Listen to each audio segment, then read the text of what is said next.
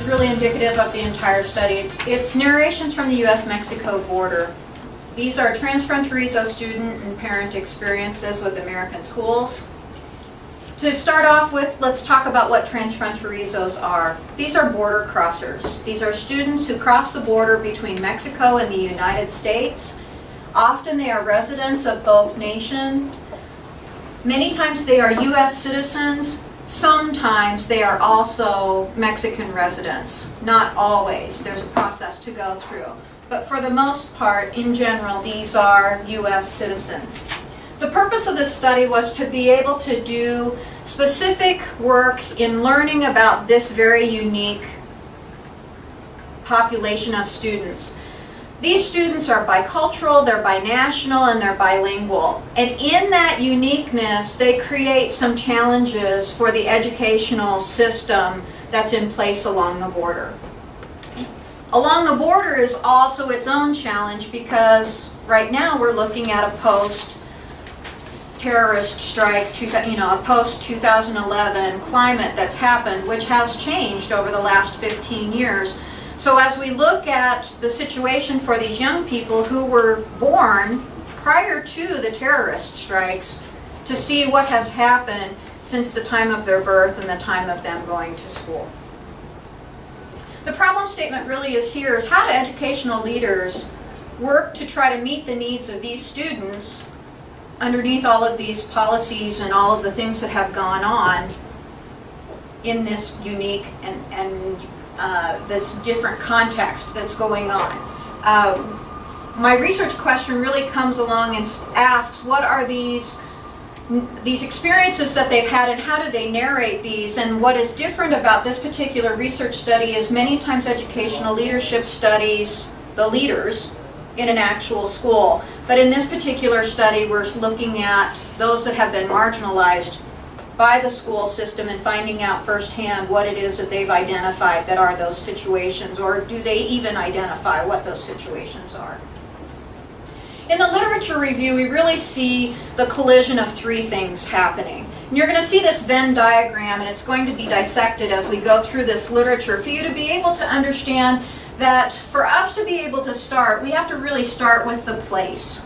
Because the border has things that are indicative of the location that are actually there. They weren't there, they were not always there. There's historical perceptions, but there are things that have been changing in the border since the terrorist attacks that have made it a different context for people to live. We also are then going to take a look at some of those policies that have not only been historical policies, but things that have also changed through that post 9/11 terrorist attacks. And then also, all of these have these influences to these transfronterizo youth. And there's people who are close to these transfronterizo youth that also have these impacts to be able to change what the experience has been for these students. So we start off with the border. Well, there's no other border in the world that has a greater inequity between third world and first world. It's where this inequity of power, economic development, and social conditions is greatest. We see that the border has also been termed mostly in deficit terms. People are seen as poor, illiterate, they're not English speakers. And we've seen that there's a disparity of economic development and socioeconomic status. Well, this economic development is a huge disparity. Let's take a look here. In the United States, yearly household incomes around $53,000 a year. Well, in Arizona in general, we are down to about $49,000 a year. But if we go and take a look at U.S. border incomes, they're down to about $27,000 a year. We're just about half of U.S. income when we get to the border. But that's looking on the U.S. side of the border. If we cross to the Mexico side of the border, the maquiladora industries are those factories that the U.S. put factories into Mexico to be able to take advantage of cheap labor. Maquiladora workers make $80 a week. That's $4,100 a year. That starts to lay a context for why it is we see this trans-border educational attempt to be able to increase the potential for future jobs for those children. not only is there a disparity in economics, there's disparity between how people are treated. So you see up here in the top, we're starting to look at not only the place, but also how those policies have started to bleed over. Well, we've got anti-immigrant sentiment along the border and also in Arizona in general. That anti-immigrant sentiment, a lot of it came from NAFTA, or the North American Free Trade Agreement, which really misplaced and displaced Mexican farm workers who needed work, but they were unable to compete against American farm produce and the ability for them to produce large quantities. Small farmers in Mexico couldn't compete. Therefore, they lost their farms and were looking to find employment and some way to be able to support their families. That started a mass exodus and northern migration. Not long after that, we had the terrorist attacks of September 11th. Well, when we have those two things that came together, we've now seen that there's been $2.4 billion spent on a fence. We now have remote sensors along the border. We've resulted that southern Arizona has twice as many Customs and Border Patrol agents and 4 times as many arrests as San Diego. And San Diego has the second highest amount of agents and arrests of any of Customs and Border Patrol along the 2,000-mile stretch of border. NIL talks about that there's a portrayal of undocumented immigrants, and that's really bled over into the effect of rendering all brown-skinned Latinos as suspects. That it doesn't matter whether you're here legally or illegally, there's some kind of suspected behavior or some kind of criminalization and victimization that's been done of Latinos in the southern region of the United States.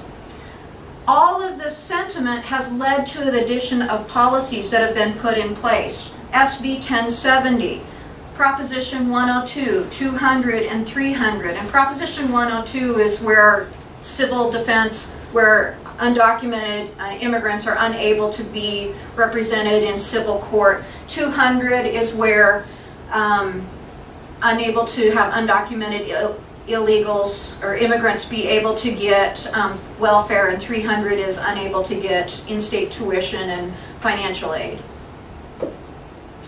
Those policies not only are in state policies, but they're also federal and state educational policies.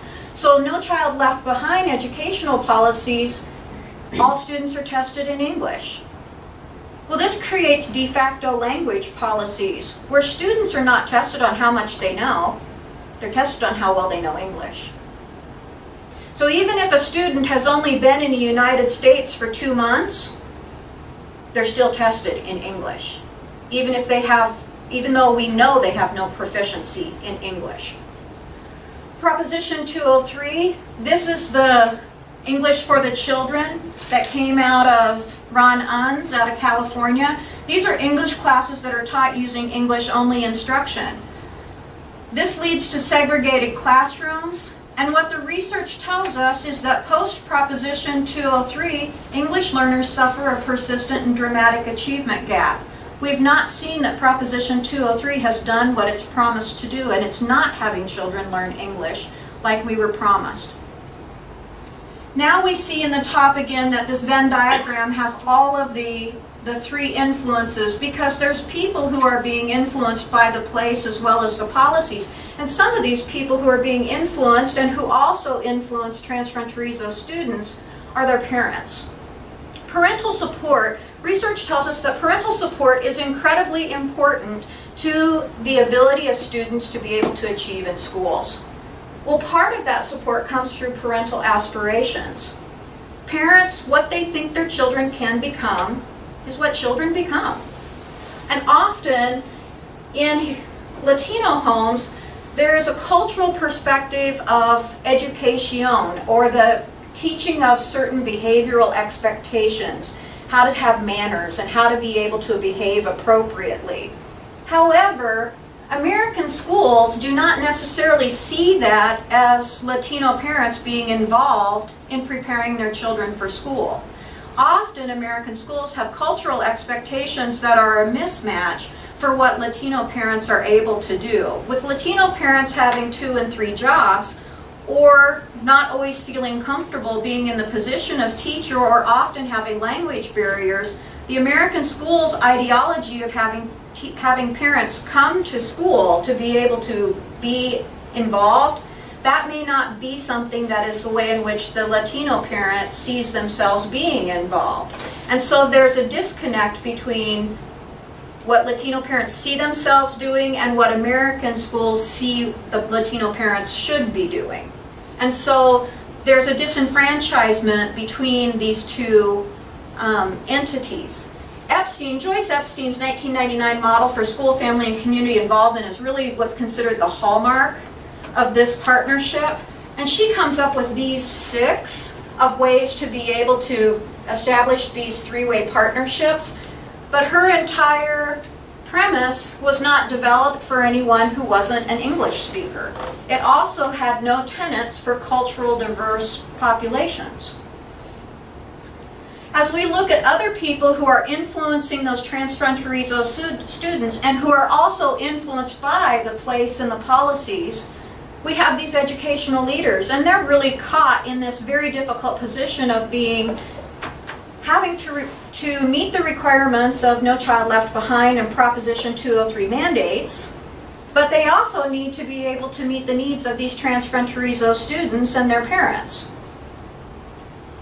Yet the mandates and the policies that are in place in the schools really erode the relationships that could be happening between the schools and the parents because of cultural tracking that happens through the home language survey that's used in schools, and also through things such as structured English immersion, which places students with other non-English speakers. And again, we're talking about using language to be able to separate people. No Child Left Behind says that if you do not meet adequate yearly progress, your school can potentially have the principal fired, have the principal and half of the teachers fired, have the school closed, or have the school closed and reopened as a charter. So here's these educational leaders who are stuck between a rock and a hard place to meet AYP, but yet they have students who don't know English and they're being tested in English.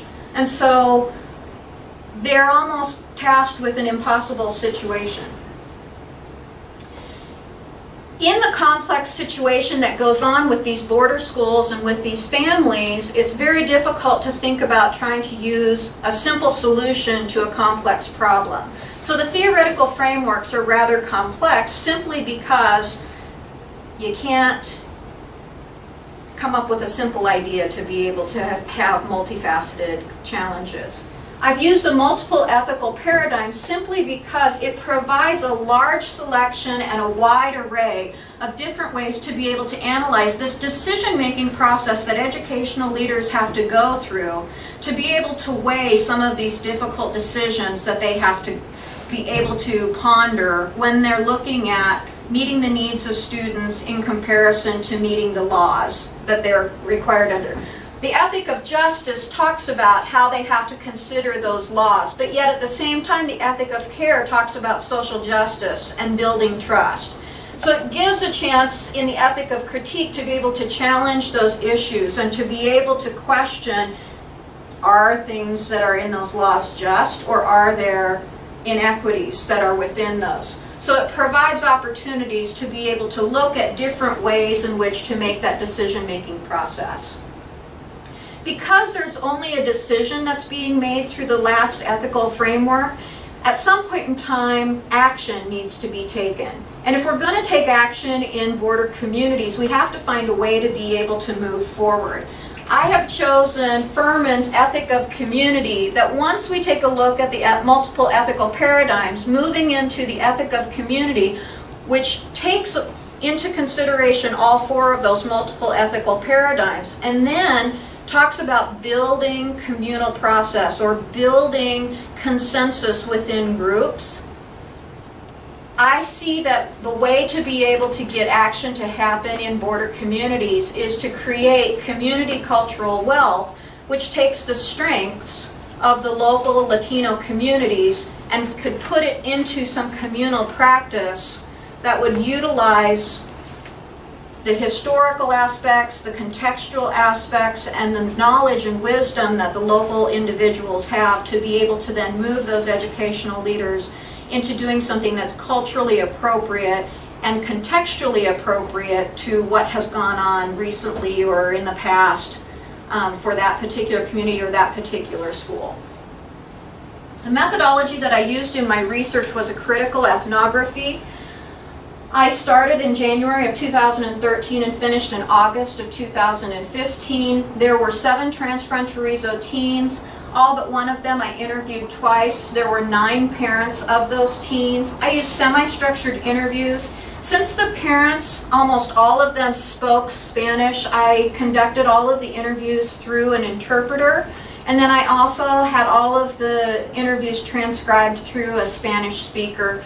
And there were more than 300 observations during that 31-month time period. After the data came in, I used holistic coding to be able to reveal themes, and the larger themes were language, culture, policies, opportunity, and poverty. And then I took the smaller themes, and that's where I decided how to be able to write the journal articles that are the 3 journal articles that come at the end of this, where we'll see the findings.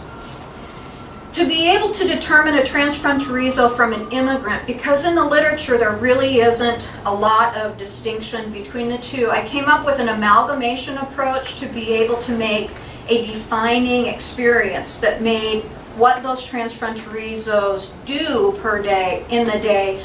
This defines what it is that shares how it makes them different than their immigrant, how it makes them different than immigrant students. So 5 of the 7 students started their academic careers in a kindergarten, thank you so much, in Mexico.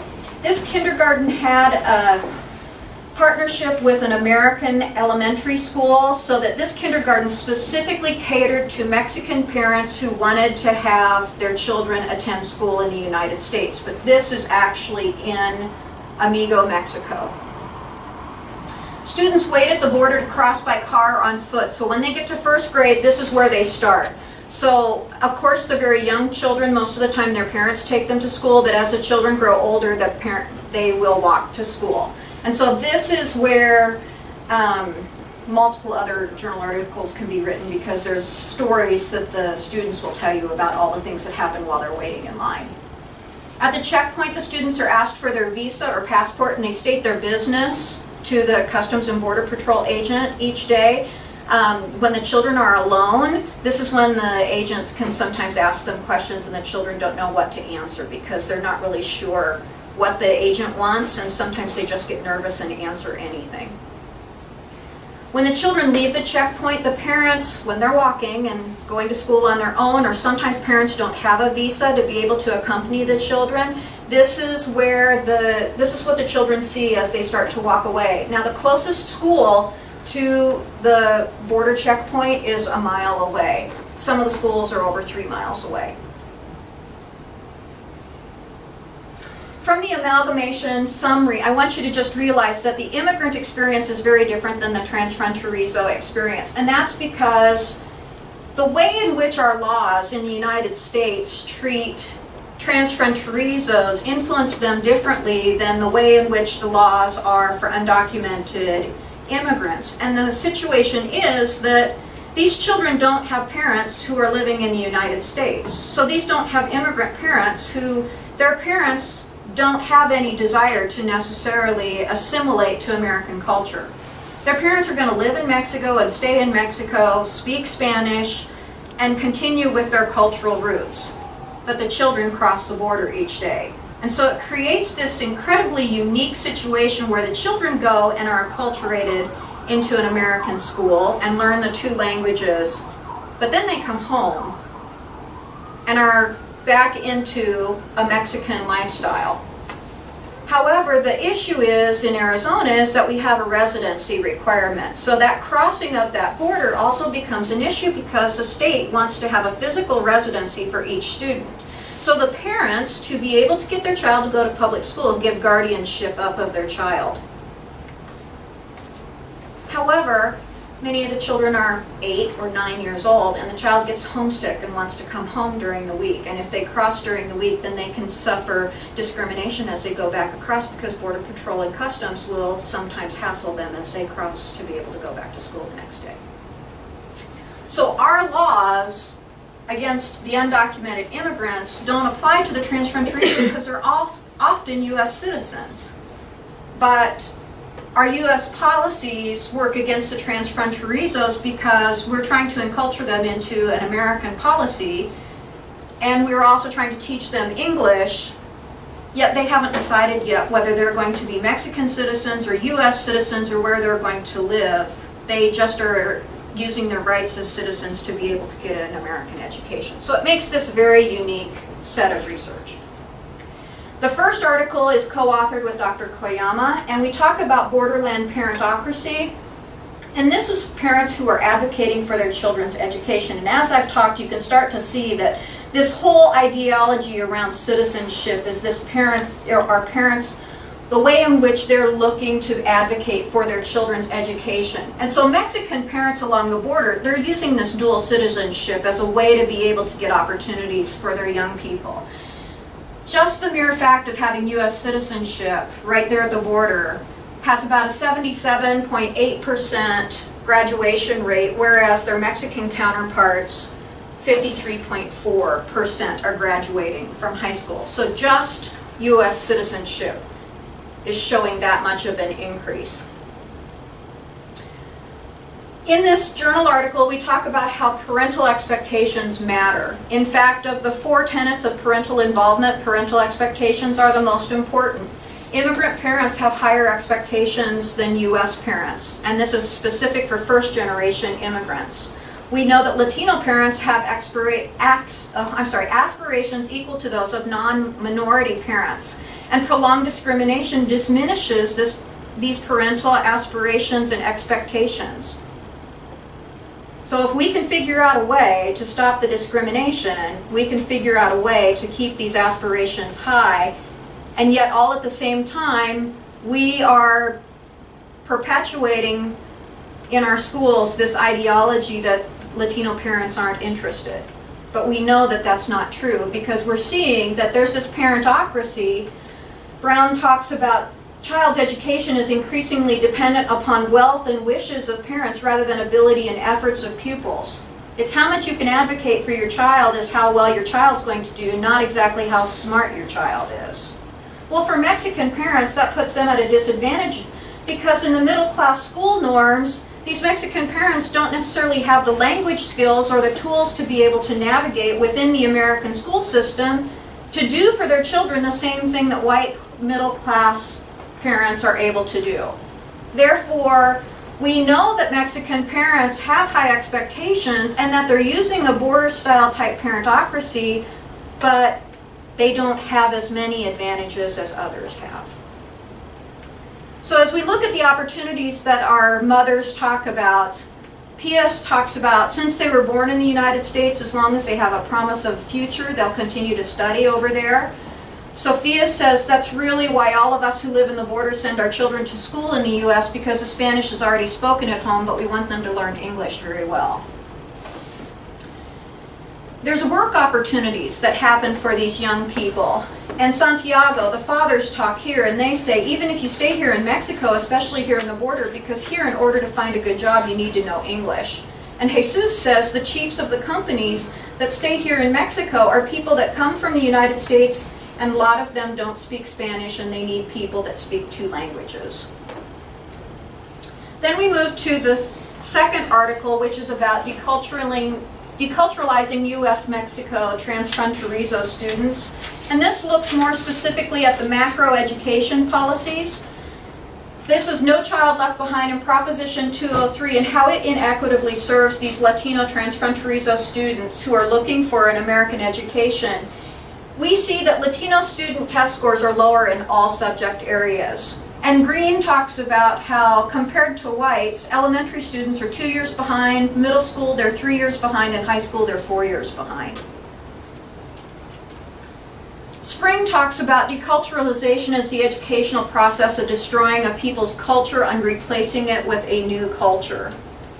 He talks about how this act has been going on for more than 100 years in American schooling, and it was very well known in Native American populations, but that it's also happening heavily in our Latino populations. And we see this through the segregation and isolation that happens with our structured English immersion classes, the forced change of language where we have English only taught in English, and we have curriculum content of the dominant culture where we use textbooks that don't even have Mexican American studies in them. We have a denial of cultural expression by the dominant culture where we're using Americanization to be able to assimilate Latino students into American culture without giving an opportunity to maintain heritage culture. And for Transfronterizo students who haven't made a decision yet on where they're going to live or what their ethno-identity is going to be, they haven't had an opportunity to be able to see both sides of the coin. They're getting one side of the story in school. With this, we saw what the deficit perceptions are through the school deculturalization, but I examine it through Yoso's community capital wealth because we're trying to see how we can mitigate deficits with some of the strengths and see families as resources. We also want to see how we can provide something that's culturally appropriate and see what kind of strengths can come from families and the linguistic capital that they have within themselves, and how is it not only culturally appropriate but contextually appropriate, because something that is Latino culture is so different in one location compared to another location that the border culture is not a pure Latino culture. It's such a blending of Americanized and Latino and Mexican culture simply because of its geographic location. And also, we want to see some way to potentially identify action so that we don't just look at it, but we find some way to be able to act on it and do something with it. Javier talks about when he was getting into the high school, he had to identify in the home language survey that he was a native Spanish speaker, and when he did that, he was placed into an English language learner class. And he talks down here about an oral test that he was given. And it made him feel horrible because they really looked down on us. Part of the questions were like, where do you live? And the options were in a house, in a basketball, in an egg.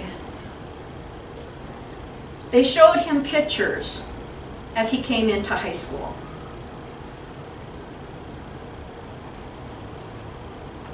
One of the young ladies talks about it puts the child in a broken state as to, should I forget my Hispanic culture? You know, just so I can be in school and speak only English. Because when that happened to me, I noticed that I started to lose my Spanish, speaking only English. I started talking a lot in English to my parents. My parents would be like, what? What does that mean? I don't know what that means, mija. I don't speak English and you know that. But it was hard because I couldn't speak it at school, only at home. And then it was hard at home because it was only Spanish and I couldn't speak English. So there was that harsh balance on me, that I was restricted on one language in one country and another language in another country. This deculturalization really limits these students, and it limits their relationships and their parent involvement because the monolinguistic norms diminish this Spanish language usage, and that diminishment is really an affront to the Spanish-speaking parents.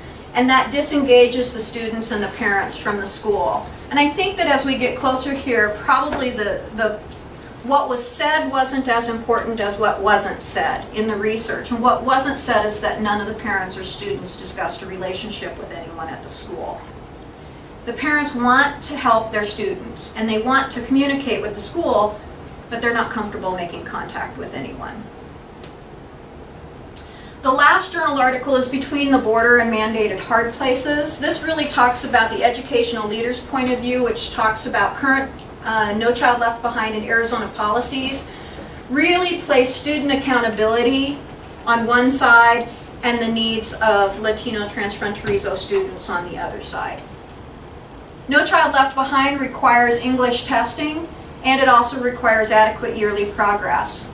And within those requirements, there's a threat of that failure with the closures of school and the firing of individuals. Proposition 203 requires English-only instruction and ELL segregation, which we've talked about with structured English immersion. And it talks about Arizona's SEI program failed to deliver on any of its claims. Patricia Gondora talks about that. She continues and says that most ELLs begin school significantly behind their English-speaking peers, and adding even 1 year in SEI can make it virtually impossible for these students to catch up.